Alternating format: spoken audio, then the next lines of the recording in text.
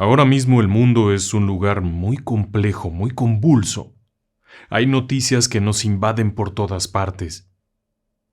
Realmente, todo el tiempo estamos leyendo notas aterradoras de guerras, desastres, desaparecidos. En México incluso tenemos un fenómeno aterrador que es el caso de las madres buscadoras. Mujeres cuyos hijos han desaparecido por causa de la violencia y que las autoridades no han sido capaces de encontrar. Ellas toman las palas y se van a buscarlos. Así de dramático es todo esto. En medio de esta hecatombe, de toda esta situación, ¿qué sentido tiene el hablar de algo que pasó hace 80 años en otro país y que involucró a una única persona fallecida? Quizá el único sentido de esto sea el mantener nuestra capacidad de asombro, y que cada vez que leamos una noticia aterradora, encontremos una información que nos resulte terrible, no perdamos la capacidad de asombro, y no se llene nuestra cabeza con ideas como pensar, bueno, es cosa de todos los días. Por eso le invito a que me acompañe. Esta noche, sean todas y todos bienvenidos. Comenzamos. Relatos del lado oscuro. Historias que otras mentes prefieren ignorar. Déjeme que le lleve atrás en el tiempo. Vayamos a la Inglaterra de los años 40 tempranos, específicamente 1943. Estamos en una región conocida como Worcestershire. Es una Inglaterra que está bajo ataque. Los alemanes todo el tiempo están bombardeando las ciudades. Hay mucho temor. No saben en qué momento los alemanes, los nazis, van a invadir a Inglaterra. Ha habido todo tipo de esfuerzos, desde esfuerzos militares, esfuerzos navales con grandes barcos en grandes batallas, hasta cosas tan extrañas como los cónclaves de brujería, tratando de enajenar y espantar a Hitler, la famosa Operación Cono del Poder, en donde hechiceros, antiguos druidas, se han reunido para provocar un efecto en Hitler que le dé temor y no invada. Pero fuera de eso, la realidad es que las personas viven con mucho temor. Todo el tiempo hay bombardeos, todo el tiempo hay incendios, todo el tiempo hay noticias espantosas, exactamente igual que ahora. Así como hoy en día tenemos todas estas noticias horribles, allá, en aquel tiempo del que le estoy hablando, 1943 en Inglaterra, la gente vive con miedo porque se han enterado que el hijo de la vecina de enfrente murió allá, en la guerra. Alguien se entera que su tía abuela, que vivía en una ciudad, murió aplastada por los escombros y todo el tiempo hay desaparecidos. Pero también hay mucha hambre. Y eso deriva de los constantes ataques de los submarinos alemanes contra las embarcaciones que traen carga de América. Sí, de América, de toda América. Numerosos países están enviando ayuda. Bueno, están vendiendo a la Inglaterra productos, pero los barcos corren grandes riesgos de ser hundidos por los submarinos alemanes en mitad del Atlántico. Así que hay escasez. Hay poca comida. Día a día las personas tienen que acudir por una tarjeta de racionamiento. No puedes llegar a una tienda y comprar lo que se te pegue la gana. Solo puedes comprar lo que te compete, lo que te corresponde. Así que en realidad la pasan bastante mal. En medio de toda esta hecatombe, de toda esta situación que le repito, podría parecerse bastante a lo que vivimos hoy en día. Las personas se sienten un poco nubladas, un poco perdidas. Las noticias que llegan del frente, las noticias que llegan del mar, las noticias que caen por las bombas que vuelan desde el aire, todo esto hacen que la gente vaya perdiendo la sensibilidad. Y es cuando ocurre algo inusual. 4 chicos. Bob, Tom, Fred y Robert. El más grande tiene 17 años. Y sabe algo. Tienen mucha hambre. Viven en Birmingham. Pero suelen ir a buscar comida. De una forma inusual. Los 4 chicos escapan.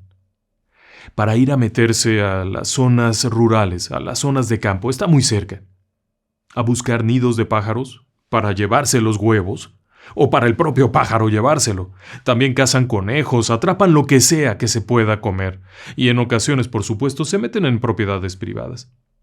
El 18 de abril de 1943, por la tarde, deciden ir a buscar comida, pero se meten en una propiedad privada. El lugar es conocido como Langley Hall o Langley Hall Woods, los bosques de Langley Hall. Es una casa de la nobleza, una casa impresionante. Es propiedad de Lord Cobham. Así que, si te metes, corres el riesgo de que el guardabosques te encuentre. Y si tienes buena suerte, no te disparará. Pero te ganarás una reprimenda y quizá vayas a parar a prisión. Y prisión en Inglaterra en ese momento significa que tienes la alternativa de quedarte en una cárcel espantosa o ser enviado al frente. Así que lo hacen con sigilo. Van por aquí cuidando que nadie los vea. La idea es simple. En estos lugares por lo regular hay animales de caza. Así que aunque sea una liebre podrán encontrar. Conforme van caminando, también van trepando en los árboles para buscar nidos en los que haya huevo.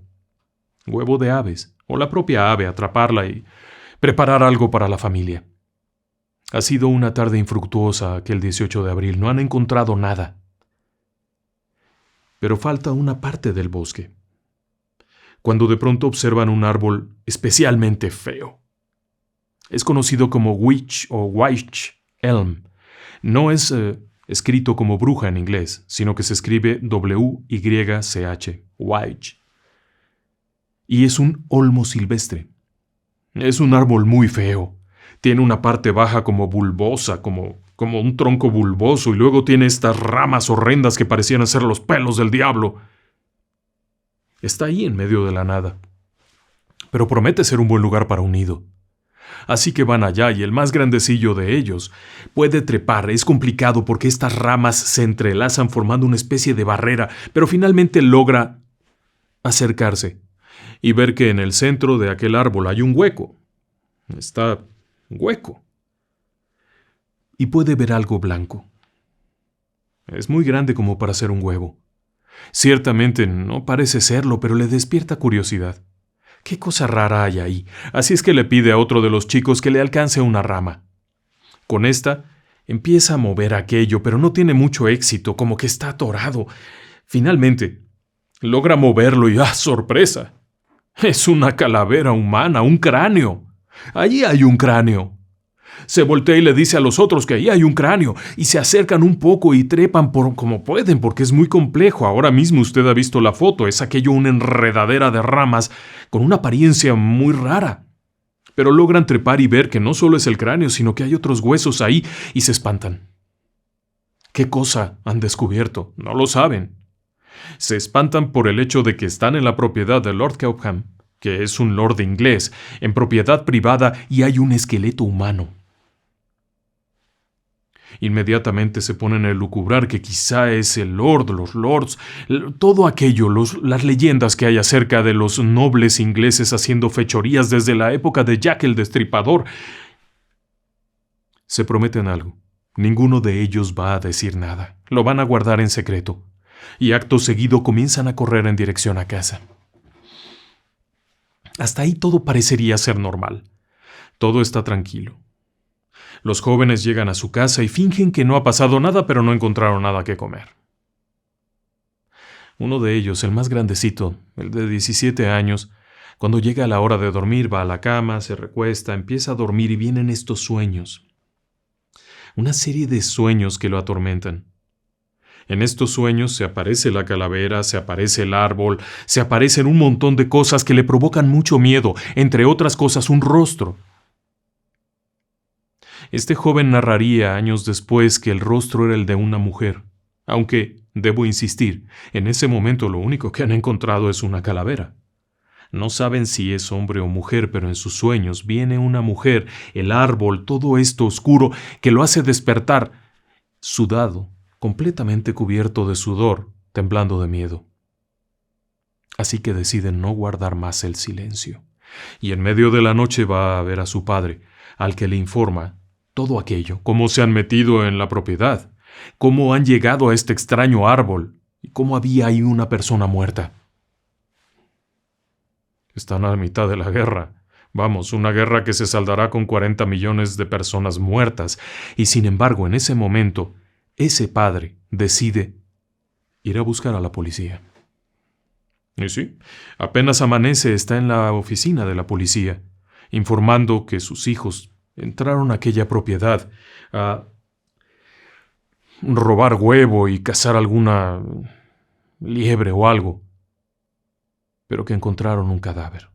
La policía no presta tanta atención al asunto de que se hayan metido. La realidad es que son extensiones enormes de terreno, muy poco usadas, y en una época de crisis, ¿quién va a regañar a unos chicos que fueron a buscar huevos de pájaro? Pero les interesa el asunto aquel, el del cadáver. Así es que envían un par de agentes a inspeccionar, acompañados de los chicos y del padre de los chicos, quienes enseñan cuál es el árbol, y efectivamente más de uno se siente intimidado por aquel árbol tan feo. Pero al asomarse ahí hay algo, y sí, desde afuera pueden observar que hay un cráneo y otros huesos. No pueden saber más, y está difícil acceder como para sacar aquello sin dañar la evidencia, por lo que deciden no sacar nada ese día, es 19 de abril, y esperar a que venga un leñador, que corte el árbol y puedan sacar correctamente esos restos humanos. Pero sí, es un esqueleto humano, no hay duda. Así es que, presumiendo que se trata de un crimen, dejan a un guardia de seguridad ahí, a un policía, a que custodie aquello. Y vaya que se llevaría un susto. Durante toda la jornada, desde la tarde que se queda solo y toda la noche custodiando, bueno, sintió escalofríos, temores en medio de aquel sitio, los nervios, el árbol extraño este, bueno, ¿qué le platico? Fue la peor noche de su vida.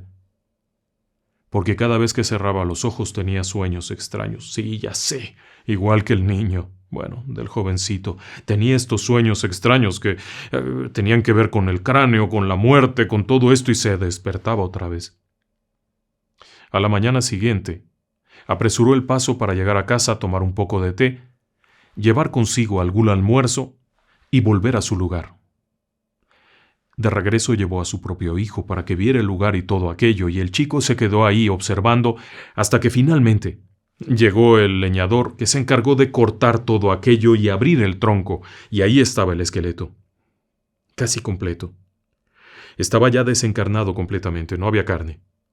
Solamente en el cráneo había algunos mechones de cabello adheridos al cráneo, color castaño claro. Sacaron aquello, lo colocaron en un depósito, revisaron la zona. Encontraron trozos de tela, fragmentos de tela. Encontraron unos zapatos peculiares que tenían suela muy particular, le llaman ellos suela de crepé. También encontraron otras cosas, pero en general no había un bolso, no había identificaciones, nada. Colocan todo esto y lo llevan a la oficina médica. Llegando allá, el doctor Weber y su asistente se encargan de acomodar los restos y de examinarlos. Comienzan por notar que falta una mano. El esqueleto está muy completo, pero falta una mano. Los agentes de policía encontrarían la mano afuera, a un lado, también bastante completa, y la llevan allá con el médico. Ahora tiene un esqueleto completo. Comienza el análisis. La observación superficial revela que es una persona bajita. Debe de haber medido 1,50. No más. No hay tejidos blandos, no hay órganos, no hay forma de saber de qué murió. Pero queda claro que es una mujer. La anatomía ósea indica que es una mujer. Por el desarrollo, etcétera, la forma del hueso, lo que hacen los forenses, pueden determinar que tenía entre 30 y 35 años. Una mujer joven, bajita, con cabello castaño.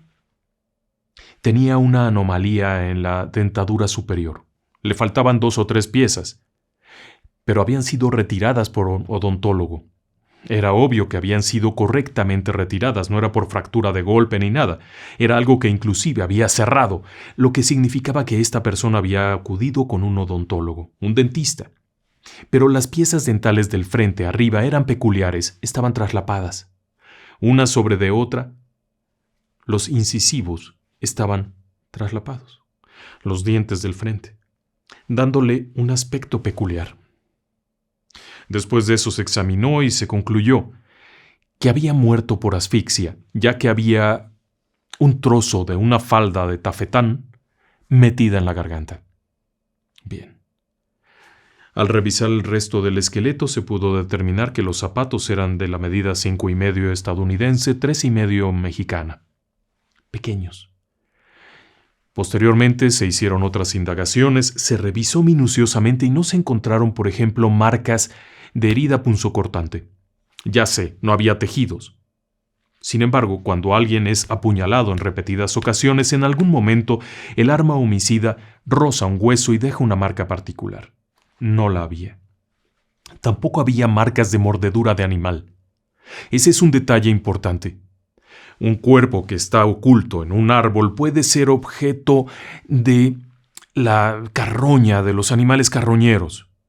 Pero estos, cuando royen un esqueleto, un cuerpo, suelen dejar marcas particulares. No las había. Inclusive, una especulación acerca de la mano que le falta es que algún animal la habría tomado y se la habría llevado, pero no tenía marcas particulares de mordeduras ni de haber sido roída, por ejemplo, por una rata grande. No había eso. La mano no estaba en el cuerpo al momento de meterla ahí, pero había otros detalles todavía más macabros. Por ejemplo, al estar midiendo el cuerpo y tomar las medidas de la oquedad donde estaba, había algo importante de señalar. El cuerpo había sido introducido verticalmente. Por la forma del propio árbol. No solamente no pudo haber entrado por sí misma la persona, sino que tuvo que ser metida por lo menos por 2 personas, quienes se encargaron de acomodarle e irle metiendo poco a poco para que entrara de pie y adentro se acomodara. Por la posición de rodillas, la flexión, la persona debe de haber sido introducida, o bien todavía con vida, o recientemente fallecida. De otra manera no habrían logrado doblar la posición. Si hubiera empezado el rigor mortis, no habría habido manera de que se doblara. Así que el doctor concluyó que esta persona había muerto, o muy próximo a ser depositado, su cuerpo en ese hueco, o había muerto ahí. Pero, al mismo tiempo, aquella tela en la garganta representaba claramente que no había sido una muerte natural. Había un homicidio ahí.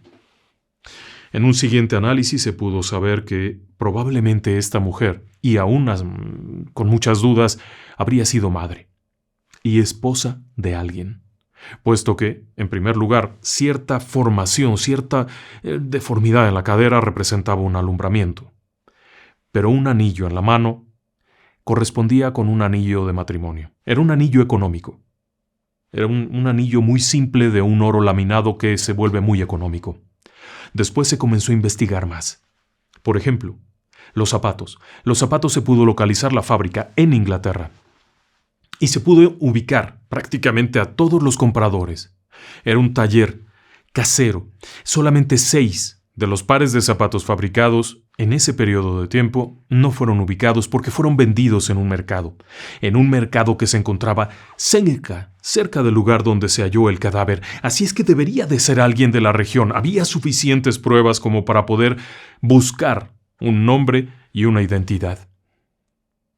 El detalle de la boca, de los dientes y el hecho de que hubiera tenido trabajo dental. No era por golpe ni fracturas, sino un trabajo correcto. Significaba que esta persona había acudido con un odontólogo. Alguien debería de tener su expediente. Segundo, debió de haber estado viviendo en la zona por los zapatos que tenía. La ropa representaba una ropa muy económica, solo había fragmentos. No había una prenda completa. El tiempo y la exposición a los elementos que en la campiña inglesa son lluvia constante, daba la idea de que llevaba unos 18 meses ahí y por lo tanto la ropa se habría terminado de deshilachar. Todo esto fue concluyéndose. 18 meses nos daba una fecha más o menos o a principios del 41 o a finales del 40. Tenían el lugar, la ubicación donde había comprado los zapatos, el detalle físico, mujer, etc. Comienza la investigación. Obviamente había que saber primero quién era. Pero, por increíble que parezca, al paso de las semanas, no tienen información. Nada. Envían a los odontólogos de la zona cartas pidiendo información, a todos los odontólogos de la zona, pero ninguno de ellos reconoce esa dentición. Esa forma de dentadura la reconoce. Se mandan a diferentes lugares solicitudes de información referente a una mujer con estas características desaparecida, pero no hay ningún reporte. Bueno, es que hay un problema, y es que en las grandes ciudades los reportes de personas desaparecidas ocuparían una habitación enorme, puesto que había muchísimas personas que habían muerto en bombardeos junto con toda su familia. Era imposible saber, a ciencia cierta, quién era. ¿Cuál de todos esos cientos de reportes de personas desaparecidas, producto de los bombardeos, era ella? Esto fue pasando las semanas y, obviamente, ante una creciente demanda de los agentes de policía para ubicar a otras personas que han quedado atrapadas, el expediente queda por ahí. La pequeña mujer dentro del árbol queda encerrada en un cajón por allá de madera en una bodega. Su expediente empieza a acumular polvo. Han pasado 6 meses, quizás 7, cuando de pronto aparece algo raro. Cerca del lugar donde se encuentra el árbol, donde se encontraba el árbol aquel, en un sitio conocido como Hagley Road, en un edificio abandonado aparece un letrero. Es un letrero pintado con cal blanca. Es un letrero blanco que dice: ¿quién puso a Bella en el árbol? Bella, B-E-L-L-A. En español sería Bella, pero como están en Inglaterra se refiere a un nombre de mujer. Posteriormente aparecería otro que decía: ¿quién puso a Bella en el Wych Elm? Pero lo han escrito mal porque lo han escrito como bruja, W-I-T-C-H, Witch, en lugar de Wych, que se refiere al elmo silvestre. Hacían alusión a una bruja y a un árbol. Y esto ocurriría en otros lugares. De hecho, los exámenes que hicieron los agentes de policía revelaban que era la misma escritura, probablemente la misma persona. Ya sabe usted que hay ciertos rasgos de escritura que no pueden ser alterados. Y cada quien tiene una firma particular al escribir. Aun cuando el escribir sea con una tiza o con una brocha, hay ciertos rasgos característicos que llevaron a pensar que era la misma persona. La pregunta es: ¿quién es? ¿Alguien que conocía a la víctima? ¿O alguien involucrado con la muerte de la víctima, el asesino quizá? No era una broma.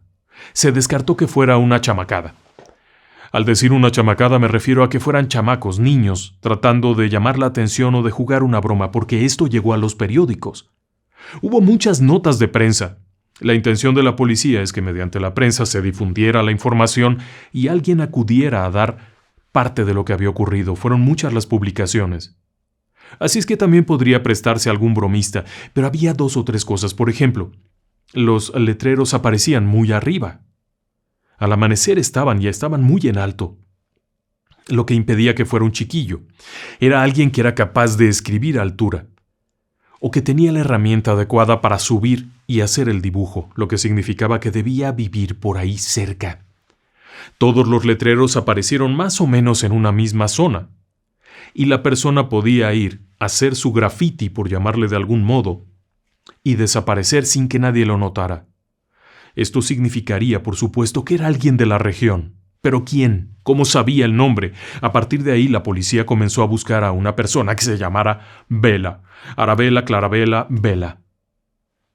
Nuevamente se revisaron todos los expedientes, tratando de localizar a una persona de esas características, pero le repito que había un severo problema. Y el severo problema es que había miles de reportes de personas desaparecidas en una época en la que había archivos de papel por todos lados y muy poca gente. La gran mayoría de los caballeros en edad adecuada estaban en la guerra. Y en las ciudades, en los cuerpos de policía, había pocas personas. Realmente había pocos elementos y muchos de ellos eran policías improvisados. Personas mayores, personas no aptas para la guerra, que iban allá. Y ni siquiera me diga usted que mujeres, porque las mujeres perfectamente podrían hacer la tarea de investigación y muy bien. Simplemente no estaban porque estaban trabajando en las fábricas de municiones. En esta región, especialmente en esta región de Worcestershire y cerca de Hagley Hall había unas fábricas de municiones. Eran fábricas secretas. Por supuesto, ante la nula posibilidad de resolver el caso, comenzaron a surgir muchísimas teorías. ¿Quién era la mujer del árbol? Una de las principales es que quizá era una espía. Sonaba raro, pero en la zona había sido capturado un espía algún tiempo atrás. Un hombre que había saltado en paracaídas y al aterrizar se había fracturado un tobillo impidiendo que pudiera escapar y esconderse. Este sujeto había sido interrogado y aseguró que una colega espía debería de haber aterrizado muy próximo a donde él fue encontrado. En medio de los interrogatorios y por medio de ciertas técnicas de interrogatorio, logró decir que iba a haber una mujer espía. E inclusive le encontraron una fotografía.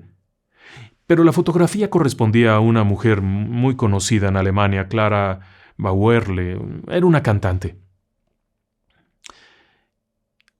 Pero había dudas acerca de si entonces la mujer del árbol era Clara. Y por la forma del apellido alemán le hubieran puesto Clarabella o algo así. Se pensó que podía ser eso, que era la espía alemana que había sido capturada o que había muerto o que se había intentado esconder y se quedó atrapada. Muchas posibilidades. Sin embargo, Clara, la actriz y cantante, había muerto en 1942 en un hospital alemán. Así que no era, y ya no se pudo saber más del asunto porque al espía que atraparon por tener el tobillo roto lo ejecutaron en la Torre de Londres. Ya no dijo nada. Después de eso comenzaron a surgir otras hipótesis. La hipótesis fuerte del espionaje era una muy apreciada. Muchas personas pensaron que era un espía, pero muchos otros no. Inclusive se llegó a pensar que era una mujer gitana. Cerca de allí había un campamento de gitanos. Se pensó que podía ser una gitana que había sido asesinada en algún trance romántico o algo y arrojada en el árbol. Pero tampoco tenía mucho sentido. ¿Por qué tomarse tantas molestias de colocar a alguien en un árbol cuando podían haber hecho un agujero por ahí cerca? La tierra es bastante blanda, es tierra fértil. Abajo de un árbol por ahí nadie se habría enterado. O ir al río más cercano y arrojarla. ¿Quién iba a saber de todos modos quién era? No tenía sentido. Y así fue pasando el tiempo. Se fue perdiendo el interés. La guerra seguía, todo aquello, y en medio de lo convulsionado de aquel país en esos momentos, realmente nadie prestó atención. Hubo una hipótesis por ahí que la gente de la comunidad comenzó a manejar. Quizá algún lord la habría mandado matar. Alguien que se habría involucrado románticamente y que no deseaba que se supiera, alguien de la corona, todos esos chismes que surgen a veces, en donde esta chica se le relacionaba con alguien importante que no quería que se supiera y había terminado ahí. No. Para 1953 la guerra ha terminado, ya estamos en la época de la Guerra Fría, y en ningún expediente de los que se encontraron en Alemania figura ninguna persona que hubiera estado como espía y que tuviera el nombre de Bella. Por supuesto, el caso particular de Clara Bauerle no tenía sentido, puesto que encontraron el acta de defunción, había muerto por unas heridas de algo en un hospital, en Alemania. Así que todo está olvidado, pero hay un periodista que se niega a dejarlo allí. Este hombre había comenzado a reportar la nota desde que apareció el cadáver en 1943 y para 10 años después decide hacer un artículo recuperando toda aquella información. Son una serie de publicaciones. Este periodista, Wilfred Byford Jones, escribe todo lo que tiene, todas las teorías, todas las hipótesis, los hallazgos, la información, y sale a la prensa, se publica. Y un buen día, el caso da una vuelta de tuerca tremenda porque llega una carta. La carta la firma Anna de Claverley. Y es una carta en la que habla de aquel caso, informando que nunca lo van a resolver y que no deberían de estar desinformando al público, que esa mujer no era una espía y que no había nada allí. que en realidad había sido un homicidio, pero que la única persona que podía dar información ya estaba rindiendo cuentas en la Corte Celestial. Había muerto loco en 1942. Es decir, poco después de que hubiera muerto aquella chica. El nombre Anna Claverley no llevó a nada, era un nombre ficticio. Y habría una segunda carta, igualmente de Anna Claverley, que se refería al caso de Bella, la mujer del árbol. Las autoridades fueron informadas de esto, la policía comenzó a hurgar por aquí y por allá, hasta que de pronto se dan cuenta de una llamada en donde una chica dice: yo sé quién es Anna Claverley, yo sé que no se llama Anna, y da los datos. Y entonces la policía va a investigar de qué se trata, y esta mujer cuenta una historia tremenda. Para empezar, su nombre era Una Mossop. Una. Era esposa de un sujeto de nombre Jack. Y ella relató que en un cierto momento, una noche su esposo llegó muy alterado, muy alterado. Cuando ella preguntó qué había ocurrido, aquel hombre empezó a relatar una serie de cosas, hablando de un tal Van Ralt, con el que se había encontrado, que habían ido a tomar una copa en donde encontraron a una mujer. En una de las versiones, esta mujer decía que la chica era una espía, en otra simplemente que era una chica que se había emborrachado. Estando allí, con ellos, se había emborrachado hasta caerse, para darle un escarmiento, y según la versión de Jack Mossop, la habían llevado al bosque y la habían metido en un árbol, pero la habían metido con vida. Y después se enteró que había muerto.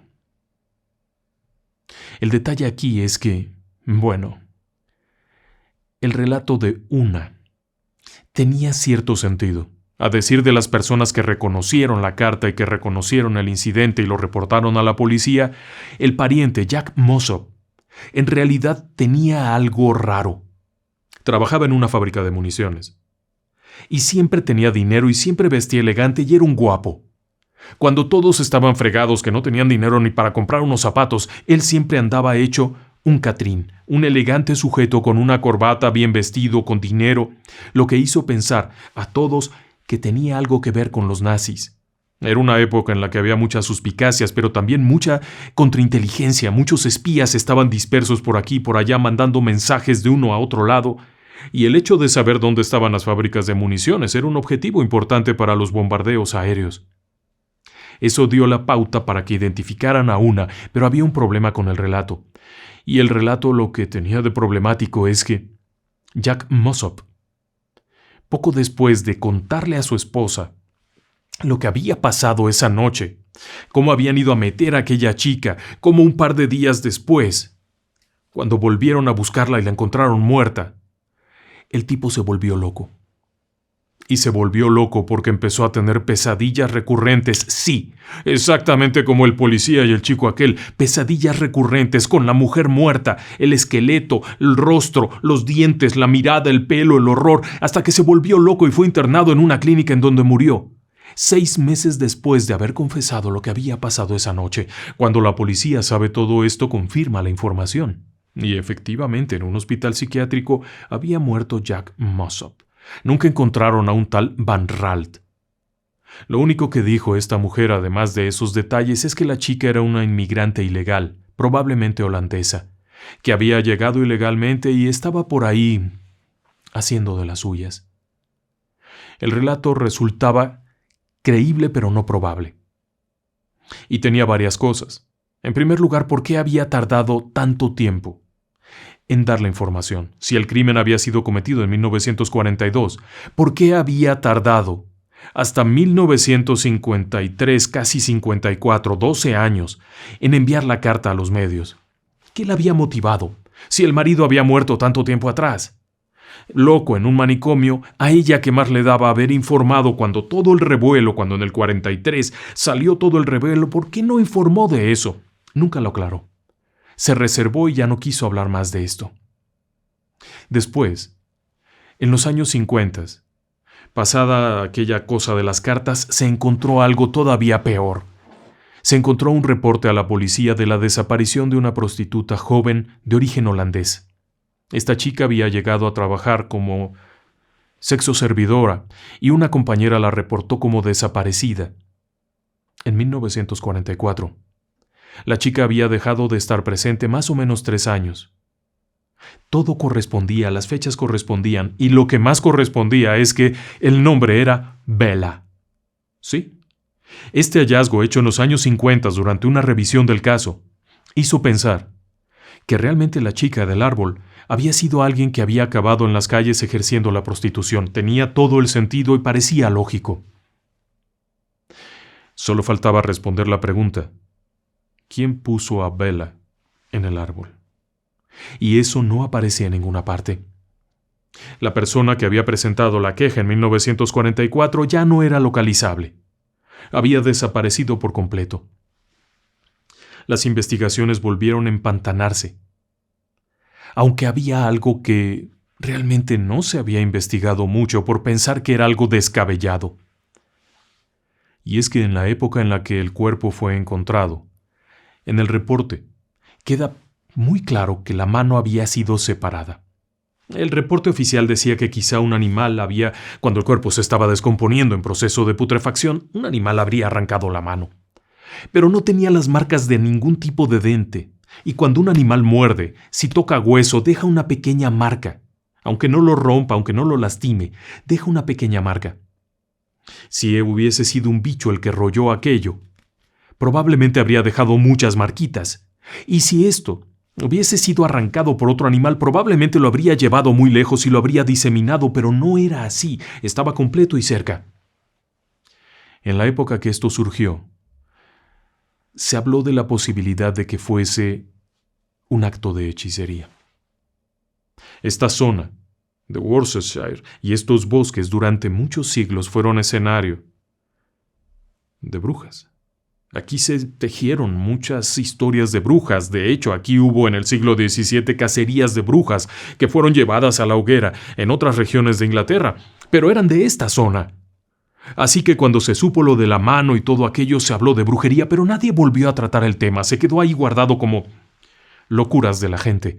Pero en los años 50 se volvió a retomar aquello, puesto que antiguamente había una especie de ritual de hechicería, conocido como la mano de Dios o la mano de gloria. El rito de la mano de gloria era algo muy complicado. Se tenía que cortar la mano de una persona, de un varón que hubiese sido ejecutado en la horca, se tenía que envolver con parte del sudario de una persona muerta, hacer una serie de ritos, pero el asunto está en que esto servía para abrir cualquier puerta y para no ser visto. Con una mano de gloria se podía evitar ser visto. Era un mito, era una leyenda, y se podían abrir todas las puertas que uno encontrara. Sin embargo, el hecho de que le hubieran cercenado la mano y lo hubieran colocado de cierta forma, al paso de los años se hizo pensar en que podría incluso tener alguna relación con ello. Y podría haberla tenido, puesto que en ese momento en Inglaterra se estaban realizando rituales de brujería para evitar que Alemania invadiera Inglaterra. Y eso es real, eso fue algo que ocurrió. Pero además, había otro detalle muy macabro. Bella había sido colocada en un wych elm, olmo silvestre, pero el término suena bastante parecido a bruja, witch.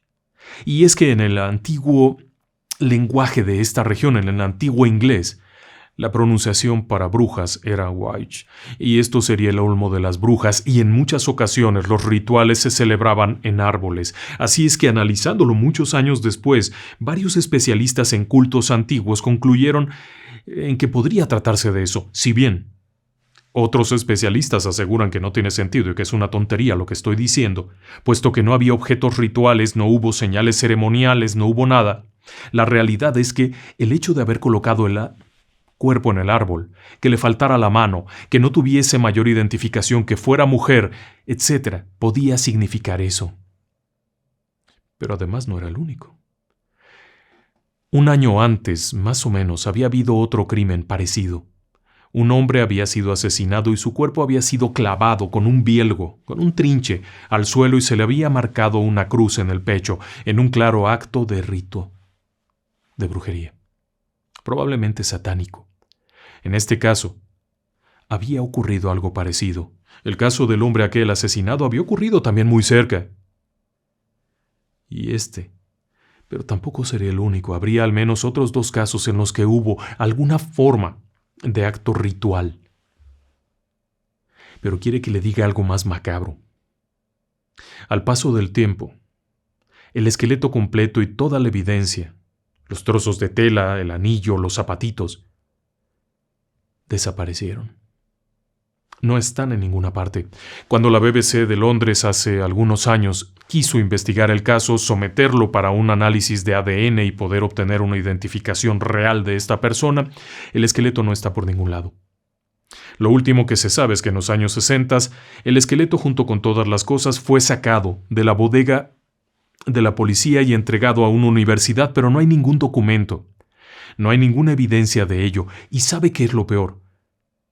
Que esto podría significar que ya se imaginaban que en algún momento se podría hacer una identificación a partir de restos óseos. Sabiendo quién era la mujer, podrían ligar a alguien, así es que ahora ha vuelto a surgir la teoría de que alguien importante, alguien con algún peso en la política y que perteneciera a algún tipo de cónclave, habría participado en aquel ritual, que quitó la vida a una mujer en un árbol, que por cierto, en esta región los árboles eran parte de los rituales, aun cuando no se encontraron objetos ceremoniales, aun cuando no hubo una daga ceremonial o algo, podía haber ocurrido de esa forma.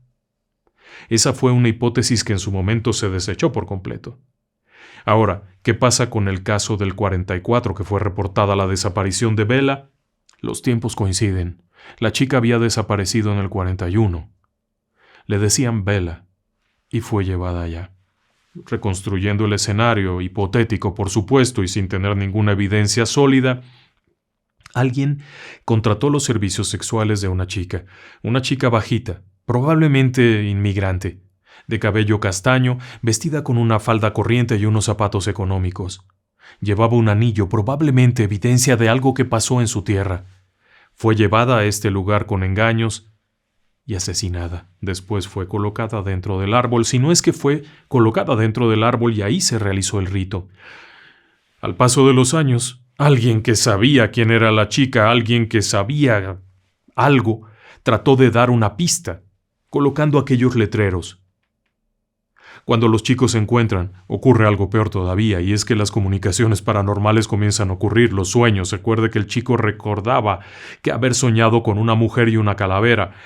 El policía que cuidó el árbol, algún tiempo después, estando en Italia, porque fue enviado como soldado, tuvo contacto con un grupo de inteligencia militar, espías. Y en la charla, mientras tomaban un té, ya iban de regreso a Inglaterra, ya había acabado la guerra, y ya en ese ambiente empezaron a fumar un cigarrillo y a platicar, y él les contó su peor experiencia aquella noche cuidando el árbol y todo esto, y estos hombres le dijeron que tenían un expediente de una mujer llamada Bella, que era una espía. Así que esto todavía se aderezaba más. Quizá no era una chica inmigrante, sino una espía que estaba haciendo una labor, fungiendo como prostituta para poder obtener información. Fue descubierta y asesinada. Pero al final del día todo es especulación, puesto que la pregunta principal, ¿quién puso a Bella en el árbol?, a día de hoy sigue sin resolverse. Solo que, quizá, el fantasma de Bella intentaba comunicarlo. Recuerde que el hombre que dijo haber participado terminó loco en un hospital psiquiátrico. El policía pasó una noche de locura y el chico aquel tuvo que confesar su fechoría por los sueños terribles que tenía. ¿Qué fue lo que pasó ahí? Usted decida. Buenas noches y que descansen en paz.